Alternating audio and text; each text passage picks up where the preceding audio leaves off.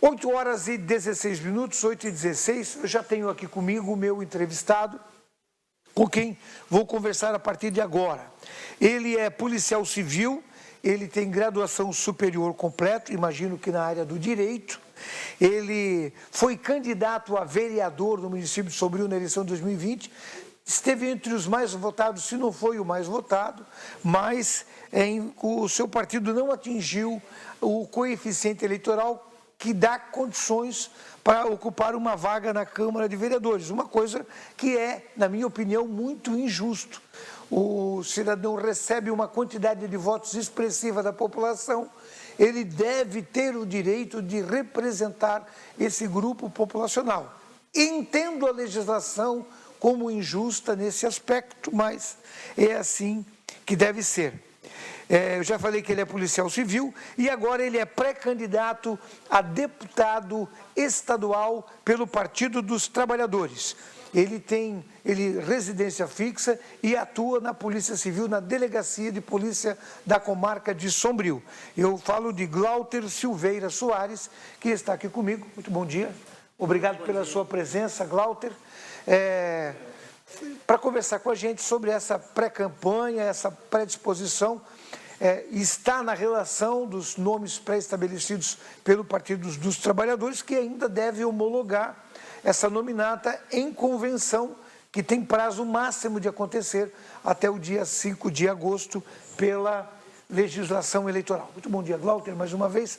Obrigado pela sua presença e poder estar aqui para conversar com a gente. Temos tido a preocupação de tentar trazer aqui todos os pré-candidatos da região do extremo sul de Santa Catarina para conhecê-los, torná-los mais conhecidos do grande público, da nossa audiência da TV Sul Catarinense.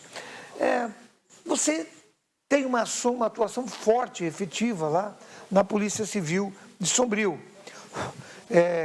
Tem a obrigação, né, e se dedica ao trabalho de perseguir, investigar, perseguir e capturar marginais que estão aí no momento em que a gente vê aí o sistema de justiça passando por muitas dúvidas.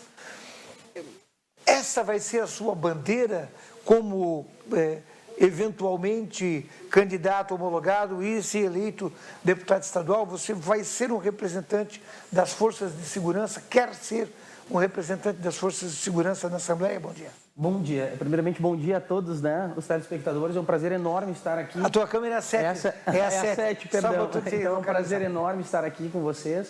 E principalmente falando desse momento tão importante para mim e para o estado de Santa Catarina como um todo, como um momento de mudança. Então, uma das minhas bandeiras serão, sim, a segurança pública, né? Uma vez que estou atuando há 15 anos, praticamente, tanto no sistema prisional, como posteriormente na Polícia Civil e por toda a região.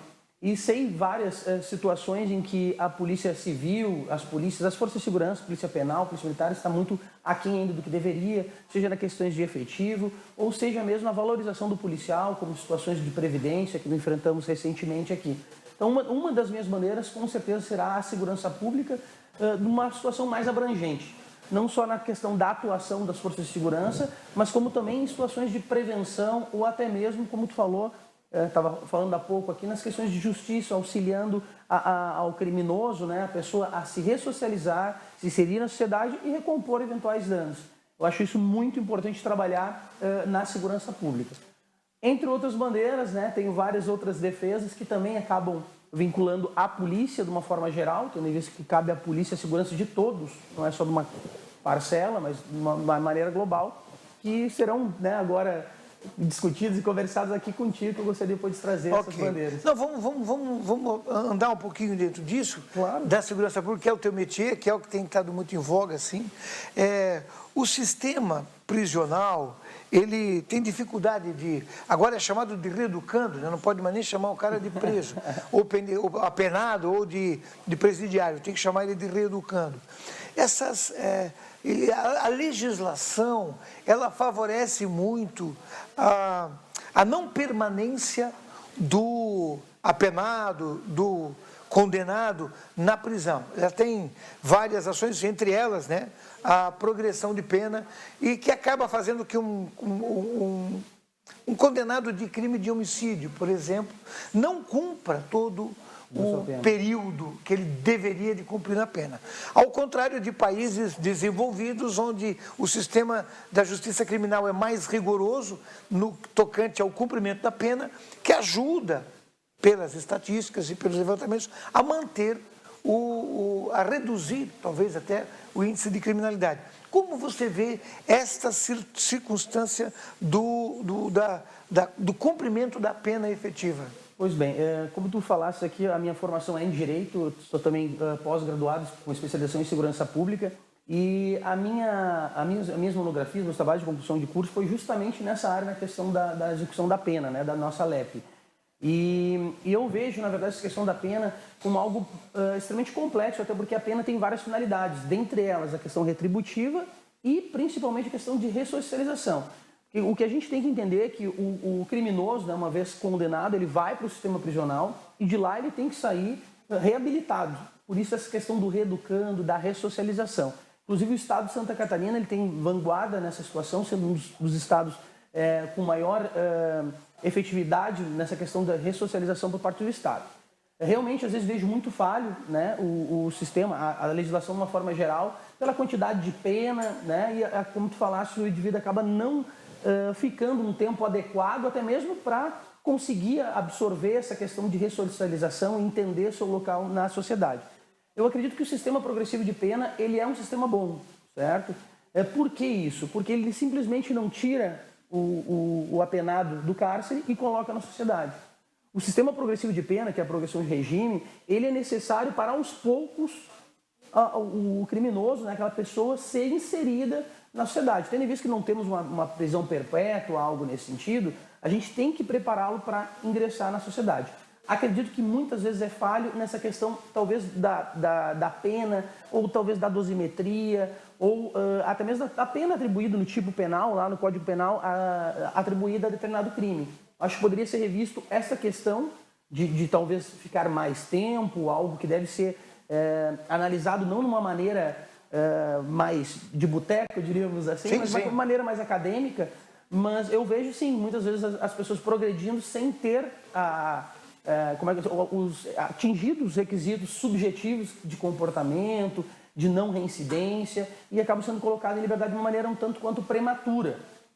Mas eu acredito que a progressão de regime é boa, sim, como eu te disse, para aos pouquinhos o apenado ir se ressocializando. Certo. Na sua visão, na sua experiência como profissional da segurança pública e especificamente da Polícia Civil, que lida com crimes graves, né?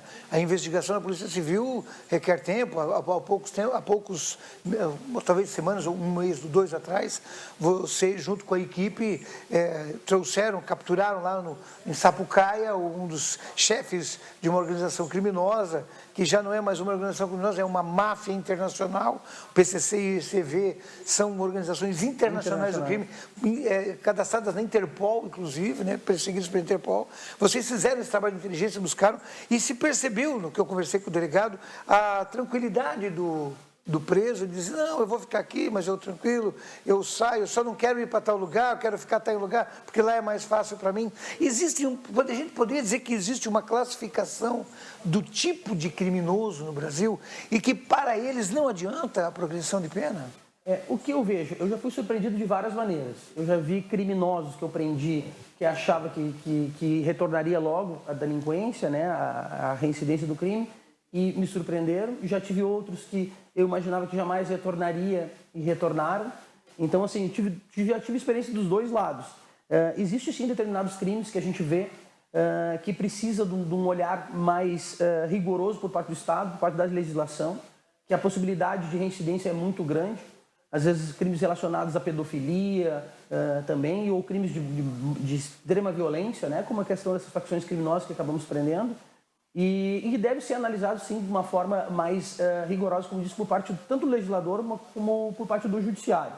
A parte da polícia judiciária, né, que compete a nós como polícia, buscar todos os elementos probatórios e levar para o juiz.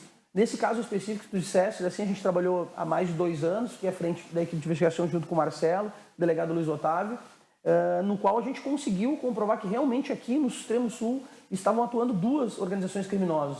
Vou trazer mais para a minha área, em Sombrio, né, e na região de Araranguá, na qual essas duas organizações criminosas acabaram polarizando a cidade também e havendo vários confrontos. Então nós saímos em índices de 1 homicídio por ano para alarmante de 7, 8 homicídios, tudo derivado dessa guerra do tráfico. E realmente, ao prender esses criminosos, esses chefes de organizações criminosas, nós ficamos pasmos com a tranquilidade deles de dizer, olha, a minha vida já está perdida mesmo, então eu sei que vou ter mais, sei lá, 100 anos de cadeia, que obviamente respeitado o prazo máximo, né? E acredito que não vou mais conseguir me ressocializar, não vejo mais alternativas de voltar à sociedade. Então provavelmente permanecerei preso e continuarei no crime. Ele foi, é que eu posso dizer assim, sincero nessa situação, assim como fomos sinceros com eles, dizendo que se permanecerem no crime, estaremos atuando fortemente para acabar qualquer tipo de atividade criminosa e organização criminosa no nosso município, na nossa região, no extremo sul do estado. Ok. Walter, o que você acha da audiência de custódia? Eu acho válida. Eu acredito que a audiência de custódia, de uma forma geral, ela é vista para uma relação de tão somente da formalização da prisão em flagrante. Ela é analisada ali se houve alguma falha por parte do Estado, até porque para mostrar completa lisura ao chegar a responder, né, criminalmente junto ao Poder Judiciário. A audiência de custódia ela não visa propriamente ver as questões do crime, o que foi cometido ou não. Ela visa tão somente ver a maneira em que ocorreu essa prisão. Se houve alguma falha por parte da polícia, né, do quando dessa prisão.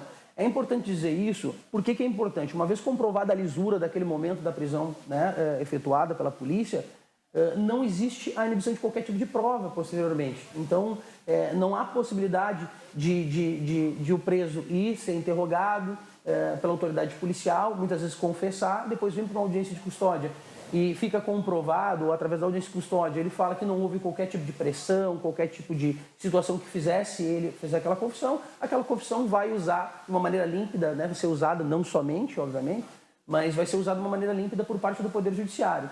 Então, acredito que a polícia, as forças de segurança, ela tem que agir dentro da lei, dentro da legalidade, conforme a legislação determina, para assim poder exigir. Eu acredito que muito na questão eu faço o exemplo, né, para depois poder exigi-lo do meu semelhante. E eu acredito que a audiência de custódia ela visa isso.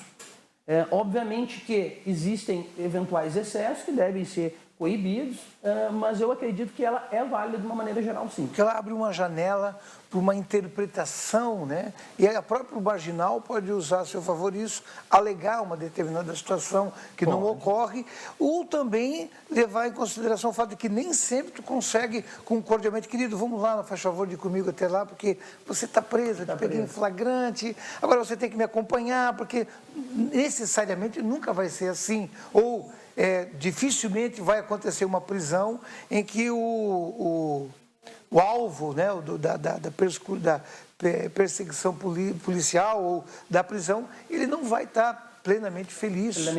Ele vai reagir de certa monta. Certo. É que uma vez o criminoso reagindo, ele, além de ter cometido aquele crime que ensejou na ida da prisão, ao resistir ele comete o segundo crime. Seria o crime de resistência, né? Esse crime de resistência está nele várias situações em que vai ser analisado também pelo Poder Judiciário. Uma vez um preso resistindo, vai ser também lavrado um flagrante ou no flagrante, a questão da resistência, e automaticamente vai ser perseguida também pelo Poder Judiciário. Volta ao que você disse, que daí o processo foi completado. Mas tem muito uma interpretação do juiz. Muito. Não, e muitos, como tu falaste, os criminosos utilizam desse subterfúgio de imputar à polícia falsos crimes, né? Uma situação de violência. Uma coação. Exatamente, para tirar o foco do ato criminoso. Isso é... Como você pensa que pode agir nisso? Quais são as deficiências ou as necessidades, agora mudando de foco, mas as necessidades que você sente na segurança pública hoje e que, como representante da sociedade no parlamento, você pode influenciar, ou pensa que pode influenciar? Eu penso que, na verdade, primeiro ponto, a questão do efetivo policial. É muito importante nós termos a quantidade de policiais relacionados à quantidade de pessoas. Tem uma média, assim, por habitante? Existe tanto da questão da polícia militar como da polícia civil, tá? Já vi 1 para 100, 1 para 1000. Então, existem várias, na verdade, teorias relacionadas, tá? Mas, de antemão, já falo que a questão do efetivo é muito importante. principalmente no caso da questão da Polícia Civil também, porque compete à Polícia Civil a juntada de provas, a coleta de provas, a investigação, obviamente, que é o que vai chegar ao resultado da condenação. Às vezes a polícia prendeu, mas não chegou lá. Às vezes a falta de incentivo, de elementos probatórios, faz com que não tenha uma condenação a contento e o criminoso acaba sendo colocado em liberdade antes ou, né, do que deveria, ou não respondendo determinado crime. Então a questão do efetivo é muito importante. Segunda situação é as pessoas entenderem a segurança pública como um todo. A segurança pública ela é reflexo de questões de educação, estrutura familiar e tudo mais. Então, as polícias estarem atentas a isso, ao meu ver, é de extrema importância. Isso eu falo desde lá da Polícia Militar, que está na ostensividade, diretamente, né, com a situação do criminoso, quando ocorre um flagrante, seja na Polícia Civil, na persecução criminal, na questão de coleta de provas, seja até mesmo com um policial penal, entendendo que aquele criminoso que está ali está pagando a pena e logo ele estará sendo reconduzido à sociedade. Então, nós entendemos a segurança pública como algo complexo e não algo simples, como fez, mata e joga lá. Já, ao meu ver, seria uma melhor forma, né, de conseguirmos êxito na questão de redução de criminalidade e assim por diante. Ok. E um tema que sempre vem em voga e que passa pelo parlamentar. O parlamentar precisa ter uma opinião, talvez até seria uma questão não estadual, mas nacional, mas passa por uma organização política, né, dos agentes do legislativo, que é a questão de termos mais de uma polícia, não falo nem de duas. Nós temos mais de uma polícia, nós temos uma polícia ambiental, temos uma polícia rodoviária, temos uma polícia civil, temos uma polícia militar, temos uma polícia judiciária. Nós temos a polícia legislativa, nós temos a polícia rodoviária federal, a rodoviária estadual. Isso tudo não torna mais difícil tu ter um efetivo uno? Você não acha que nós deveríamos ter uma polícia só? Com certeza, acho e milito, né, nessa causa. Eu acredito que as polícias têm sim que estarem juntas, unidas. Infelizmente, o Brasil adota um sistema de polícia, de divisão de polícia civil e polícia militar, ao meu ver, arcaica. Se não me falha a memória, só mais um país no mundo utiliza esse sistema. A polícia como militar, ao meu ver, não seria, a parte do militar seria para Forças Armadas, soberania nacional. A polícia, assim como outros países, como Estados Unidos, ela não tem essa questão da militarização. E eu acredito sim que a polícia civil, polícia penal, polícia militar devem estar mais unidas do que nunca. Existe uma força nacional, de uma forma geral, um esforço nacional para que chegamos nesse consenso e que na criação de uma polícia única, porque muitas vezes estamos investigando a mesma coisa, muitas vezes as duas polícias estão concorrendo né, na investigação de determinado crime, isso prejudica o Estado, onera o Estado. Então as polícias sendo uma força una, como tu disseste, isso gera uma economia absurda para o Estado, sem contar a questão de inteligência, entender a criminalidade como um todo e agir de forma contusa, né, e conjunta. Então, ao meu ver, essa união das polícias deveria ser, para ontem, já pautada pelo Legislativo Federal e militarei, né, lutarei para isso. É claro que na condição de um proponente, né, ao processo eleitoral, que você não está na função, já se afastou, né? Isso, já me afastei. Se você não está na função, você tem a liberdade de falar isso, de poder abordar esse tema. O que não acontece se você estaria na função. Porque daí existe uma certa, condição de ética com os colegas, né? Nesse sentido assim.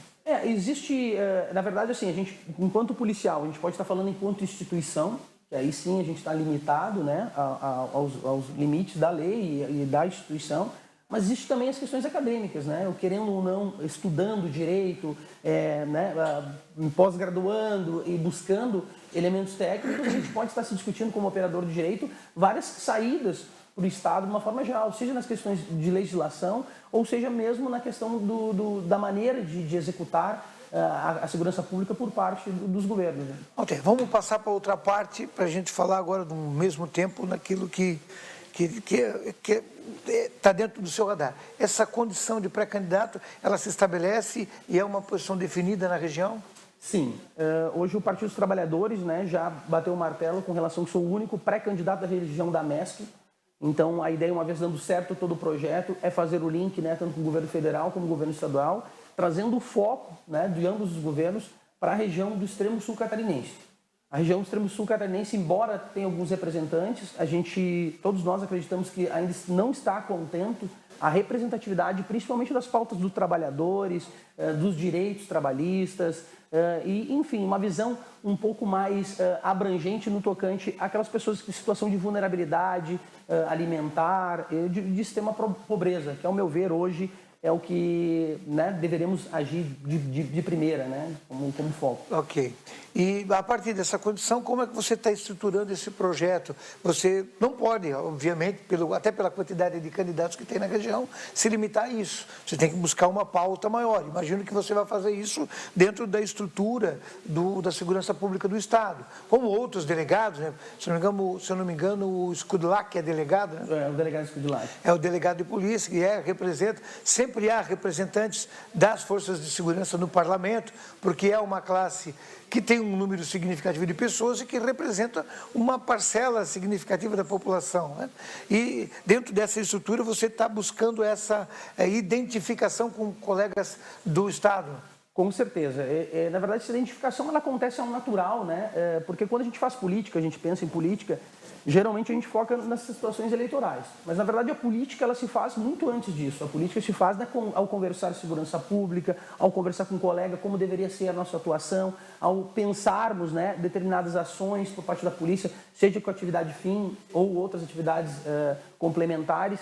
Então, a política ela já ocorre ao natural. Então, com a minha trajetória, tanto dentro da polícia como nos ativismos e movimentos sociais, automaticamente isso já foi se delineando, certo? Trazendo os colegas, já ver quem tem simpatia para essa visão mais progressista em relação também à polícia de uma forma geral. Então, hoje a gente está articulando, sim, com colegas, né, de uma forma geral, e também, principalmente, o resto da população. Porque, embora representamos uma determinada classe, né, no caso a polícia, a segurança pública, a gente tem que entender que a gente está inserido numa sociedade na qual todos merecem esse olhar, né, por parte do legislativo, por parte dos pré-candidatos, por parte de todo mundo que está incumbido de política. Os maiores partidos do Estado sempre têm uma linha de disputa muito forte, né? MDB, PSD, União Brasil Agora, o PP, também o PT, que tem nomes consolidados. Por exemplo, pelo que eu vi da lista inicial, né, dos 13 nomes... 13, agora não me recordo. Não, 16 nomes. 16 nomes que o partido vai ter entre 41, porque são outros partidos da composição da federação, né? Dos 13 nomes, eu vi nomes como Luci Schoenack, Pedro Baldissera, Dirceu Dresch, Nilton Sareta, a própria candidata à reeleição, que é a Luciane Caminati. Vai ser um páreo duro essa disputa. Sim. Mas você está consciente em levar a mensagem e posicionar o partido dentro do processo. Qual é o objetivo maior do processo? O objetivo maior do processo, obviamente, é a gente mudar Santa Catarina, que ainda precisa muito, né, de muito esforço por parte do nosso partido e por parte de todo mundo. Mas o principal, o meu foco hoje, que eu digo aqui, é trazer um olhar mais especial por parte do governo do Estado para a região do extremo sul catarinense, para a região da MESC. Então, embora eu não esteja nesse rol de nomes que tu falasse, que já são pessoas já consolidadas dentro da política, são tradicionais. Partido, eu falo porque a Luci Schoenack foi candidata ao Senado, foi deputada federal. São pessoas de nome, com um trabalho esplêndido, né, feito tanto por Santa Catarina como todo o Brasil. Mas a minha ideia é trazer um enfoque aqui para o extremo sul, né, para a região da MESC. Então, torno a dizer, né, sou o candidato da MESC, do Partido dos Trabalhadores, e isso me orgulha demais, e eu tenho certeza que a grande parte da população está carente dessa representatividade aqui. Por isso, coloquei meu nome à disposição para ser pré-candidato pelo Partido dos Trabalhadores aqui no extremo sul. Ok. Você disse inicialmente que teria algumas posições, alguns elementos de intenção de bandeiras também, né? Perfeito. Como a questão da segurança alimentar, você falou da segurança pública, mais algum ponto da defesa da região, mais algum ponto de nicho populacional, eleitoral, que você vê como uma necessidade de defesa? Sim, vejo algumas fragilidades aí já com um olhar mais também de segurança pública com relação aos direitos e à defesa das mulheres, de uma forma geral. Acredito que precisamos incentivar mais as questões de dar consciência para as pessoas de violência de gênero, né, relacionadas à mulher. Nós tivemos em Sombrio alguns casos e cada vez mais a gente vê situações que a violência está se exacerbando cada vez mais, com mortes decorrentes de violência doméstica. Vejo também devemos dar uma visão bastante prioritária para as questões de abuso sexual. Eu, embora trabalhe diretamente com confronto, com assalto a banco, prendendo os criminosos, eu também atuo diretamente com as questões de violência doméstica e principalmente com abuso sexual infantil. É impressionante a quantidade de casos que nós temos por semana na comarca de Sombrio e região de uma forma geral. É impressionante a subnotificação relacionada a esses casos, porque muitas vezes isso fica em questão de família. Então, acredito que a gente deve trabalhar muito. Como é que você tem acesso à informação da subnotificação? Porque várias pessoas... É só uma estimativa ou é um dado levantado com alguma acuração de estatística? Seria um conhecimento mais empírico no seguinte sentido. Eu sei, por exemplo, que em Sombrio, várias pessoas nos procuram. Fui vítima por muito tempo, agora estou com 18 anos, mas não gostaria de representar. Mas o meu avô lá pode estar cometendo determinado abuso contra a sobrinha, a neta, o vizinho. A gente vai tentar apurar, é difícil essa questão probatória, mas essa pessoa que seria uma prova cabal, eu digo, em relação à continuidade delitiva, ela acaba não querendo trazer à tona por uma questão dela, né? A lei confere a questão do direito de representação, por ela não querer reviver e tudo mais. Então a gente sabe que existem vários casos que acabam não sendo levados ao conhecimento da polícia, certo? Pelas vítimas, ou quando são trazidos à delegacia, negam aquele fato porque não querem passar por todo aquele sofrimento ou a exposição ou algo desse tipo. E mais, o que me impressiona é a família, de certa forma, normalizar esse tipo de atuação. Então, acredito que o governo do Estado, de uma forma geral, deva focar nesse tipo de situação. Outra bandeira que eu levanto, sou ativista nisso, por ser pai de uma menina trans de 8 anos de idade, é a questão da violência cometida contra toda a comunidade LGBTQIA+. Não só da região do extremo sul catarinense, como todo o Estado, como todo o Brasil e no mundo. Mas é importante nós estarmos cientes de que no Brasil nós somos os países que mais mata as LGBTs, a comunidade LGBT no mundo, e isso deve ser combatido principalmente aqui em Santa Catarina, onde existem índices alarmantes de violência contra essa comunidade. Então, quero ser o representante dessas pessoas. A minha ideia como pré-candidato é estar atento a essas demandas e, obviamente, lutar por um futuro melhor para minha filha, para minha esposa e para várias outras pessoas que são tidas, abre aspas, muitas vezes como pessoas diferentes. E, na verdade, são pessoas absolutamente normais, dentro das suas diversidades e maneira de pensar, se relacionar e amar. Na verdade, a gente tem que começar a entender que nós só temos um gênero único no mundo. Somos todos do gênero humano. Toda e qualquer classificação, seja por questões da sexualidade, seja por questões, de formação congênita, Down, autismo ou qualquer outro tipo de situação que envolva o ser humano, todos somos um único gênero. Gênero humano. Ser diferente é normal. Não é que não é diferente, é igual, é ser humano. Sim. O ser humano é do jeito que ele é. Não importa como ele é, a cor dele, a raça dele, o que ele quer na vida, a religião, o partido, o político, não interessa. Ele é um ser humano. Então, se ele é do jeito que ele é, porque Deus quis assim que ele fosse. Acredito nisso e acredito que esse pensamento deveria ser massivo em toda a sociedade. Talvez quando você intensifica a pontualidade disso, por exemplo, nós temos aí índices de autismo e de Down no país que chegam aí perto de 2%, 3%, 4%.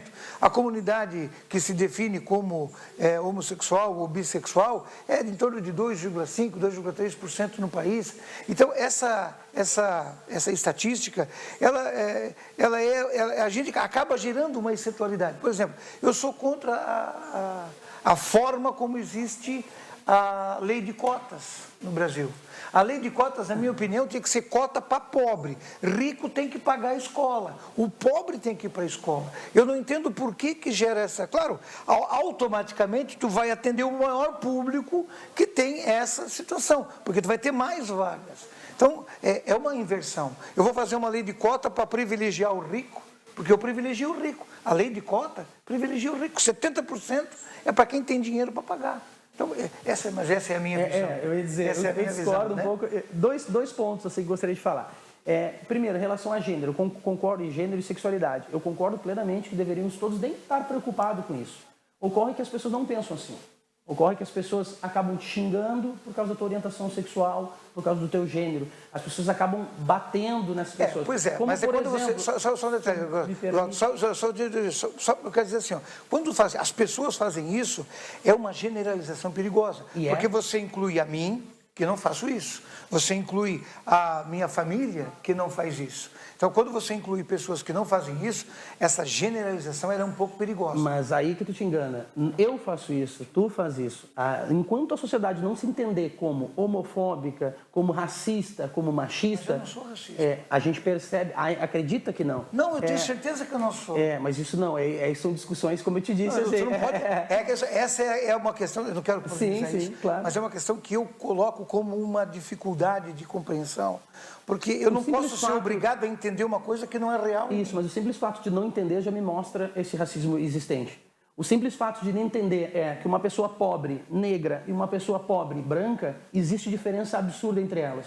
Seja na absorção do mercado de trabalho, seja na maneira de tratamento. E isso, infelizmente, não é o nosso local de fala, enquanto branco, cis, falando dessa forma. Eu acho que é o nosso local de fala do ser humano. Eu acredito que não, porque nós não sofremos essa violência. Não, sofro. Não, enquanto negro, não. Mas eu como homem, velho, 50 anos, se eu estiver desempregado, eu sou marginalizado. Dentro dessa sua realidade, sim. Como homem branco, o senhor pode falar sobre isso, sobre ser mais velho, sobre determinada discriminação.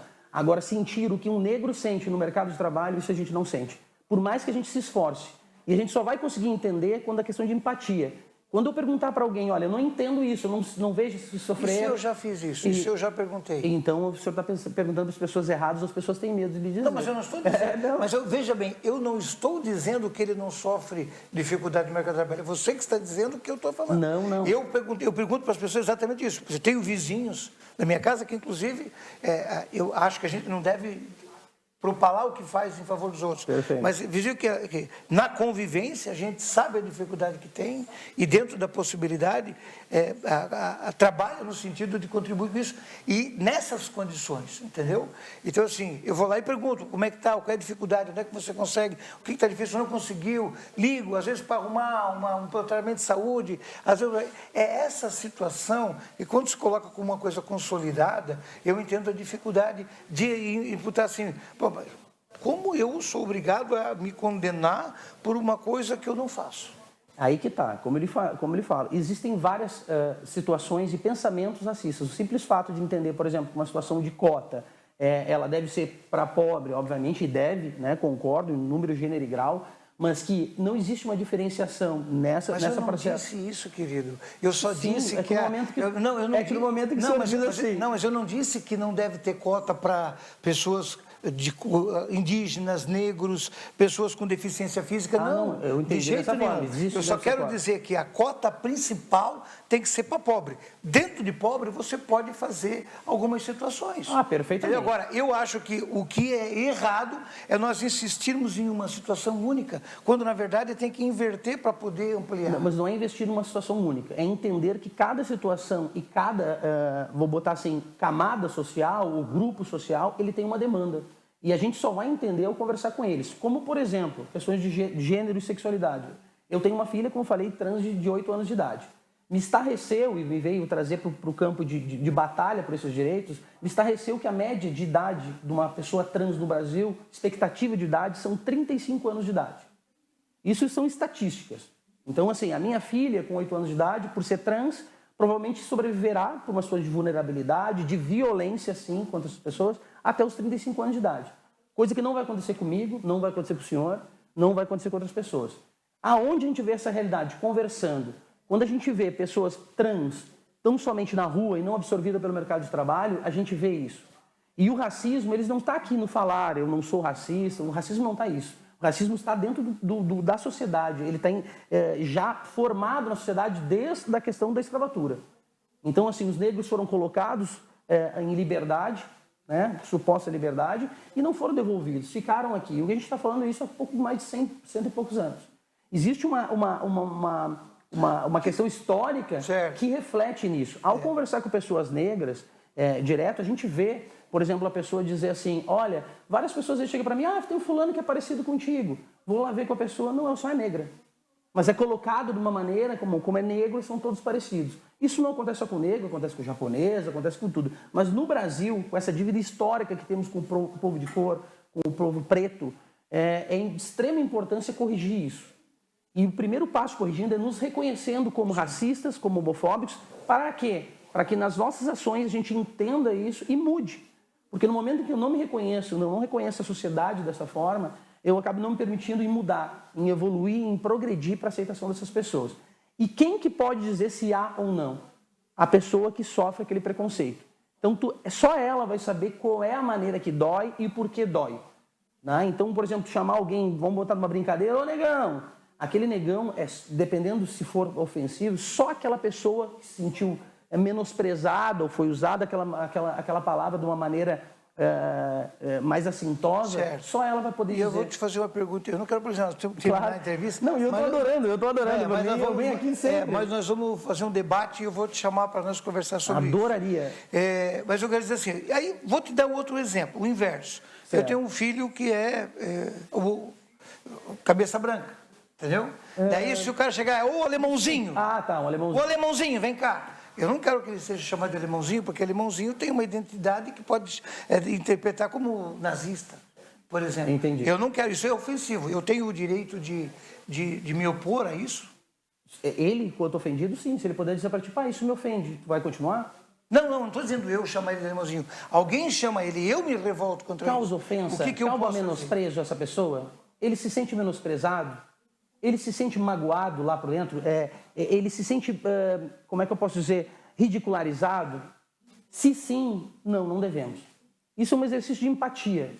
Então eu pergunto àquela pessoa que se sente ofendida, aquela pessoa que se sente menosprezada por anos. Porque quando a gente fala em alemãozinho, é um apelido, é socialmente usado. Quando eu falo em neguinho, era a maneira que se falava aos escravos. As pessoas que ficavam em casa lavando a nossa casa, enquanto nós, eu vou botar brancos, sociedade branca, ficava, né, fazendo os nossos afazeres e não o considerava como gente. Então, existe um estigma muito grande, não é simples uma palavra, existe toda uma relação histórica por trás disso. E de milênios, né? Porque a escravidão não é uma exclusividade do negro. Perfeitamente, mas eu estou dando quanto no Brasil. O povo judeu foi escravizado, antes né, como tempo. E na questão do Brasil, cara, se a gente for remontar, o Brasil não foi o único país que trouxe negros escravos. Outros países também trouxeram. E a escravidão, a origem da escravidão não é no Brasil. Não. A escravidão foi na África e quem escravizou o negro foi o próprio negro que vendeu. Não, mas isso é absurdo. Isso é mais uma fala de extremo, com todo respeito. Mas é uma questão histórica. Claro, não é isso.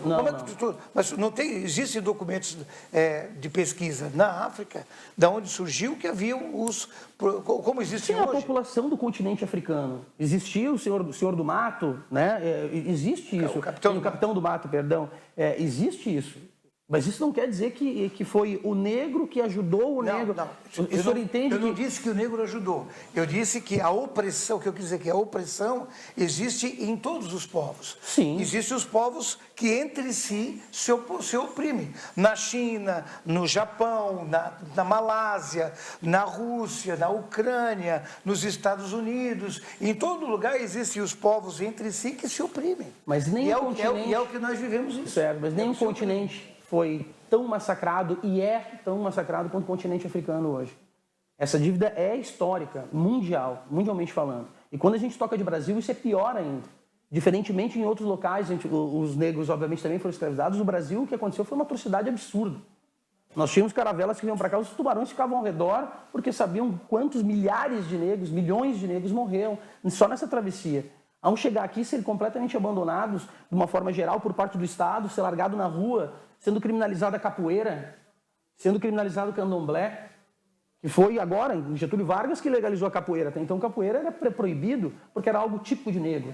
E era uma dança disfarçada de luta para proteção, né? Exato. Não, e era uma riqueza histórica absurda. Ela usava tanto para luta mesmo, como para dança, como para recreação. Mas, por outro lado, também, se a gente levar em consideração, quando nós fomos expulsar os holandeses, quando fomos expulsar os franceses, nós tivemos um exército formado por nativos, que não eram nativos, né? Que eram os nativos dos índios, os negros e também por portugueses, que foram os que vieram para cá, ou italianos, alemães, os colonizadores, ou os que vieram ocupar o território. Né? Sim, foi feita uma composição, o berço do Exército Nacional foi uma junção das três. Mas essas pessoas já eram mais estruturadas, tinham situações de como lidar, e é diferente, não veio uma situação subhumana como negros.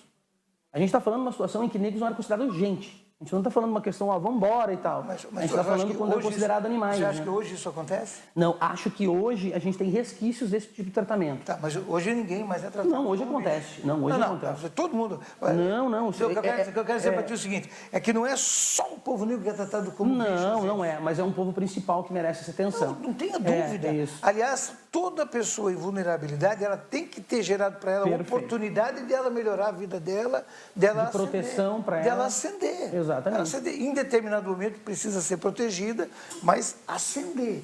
Nós não podemos condenar a pessoa a viver eternamente na proteção. Porque daí nós vamos condená-la a um substrato. Por exemplo, a questão de cotas, como o senhor falasse. Vou dar só um exemplo claro como a questão de cotas ajuda diretamente a ascender e rápido. Claro, obviamente a gente precisa de situações de curto prazo, médio e longo.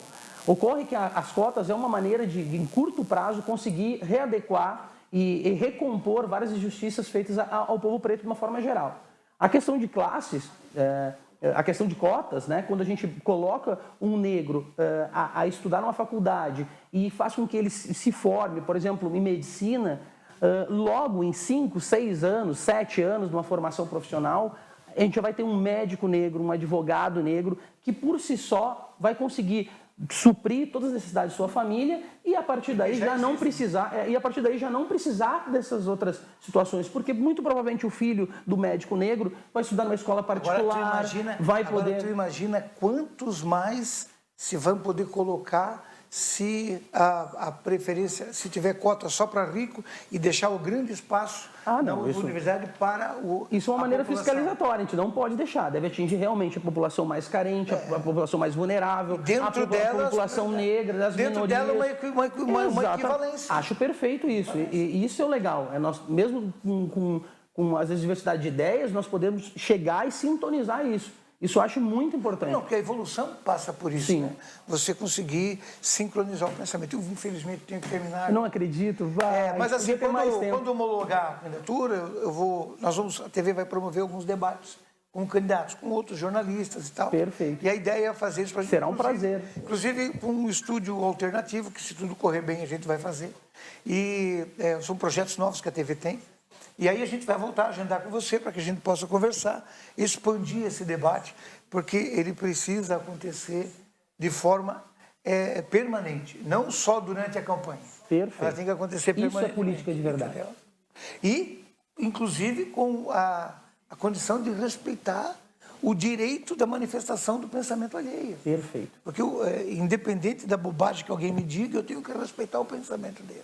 Porque quando eu começar a dizer que ele não pode dizer a bobagem que ele quer dizer, eu vou tolher o direito de melhorar a minha visão. Poxa, eu conversei com o cara, eu falei uma bobagem, eu ouvi aquela outra coisa, ou o cara me falou uma bobagem que nada a ver, mas eu reforço o meu conhecimento, né? Como pode ter acontecido, reforçou o teu com as bobagens que eu posso ter dito e tal. Não, de forma alguma.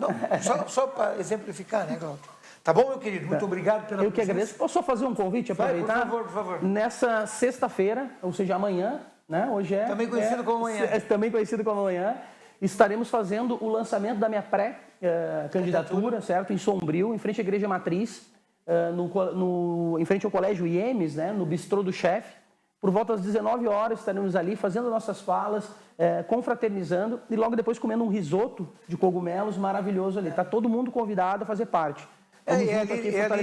Quem chega em Sombrio, que vai até a igreja, que está muito bonita, iluminada, vira à esquerda, à direita, esquerda. À esquerda, logo a segunda, também à esquerda, o segundo prédiozinho, Gudarinha, bem pertinho, na frente do estacionamento do IEMES ali. A comida lá é boa, inclusive. Muito, muito. 8 horas e 50 minutos, eu vou fazer um intervalo e volto com a sequência do programa Sul Notícias de hoje. Temos mais entrevistas, hoje eu tenho mais um empresário dentro do quadro Empreendedores do Sul que vai conversar conosco. Um abraço, querido. Muito obrigado. Boa conversa. Vamos ao intervalo.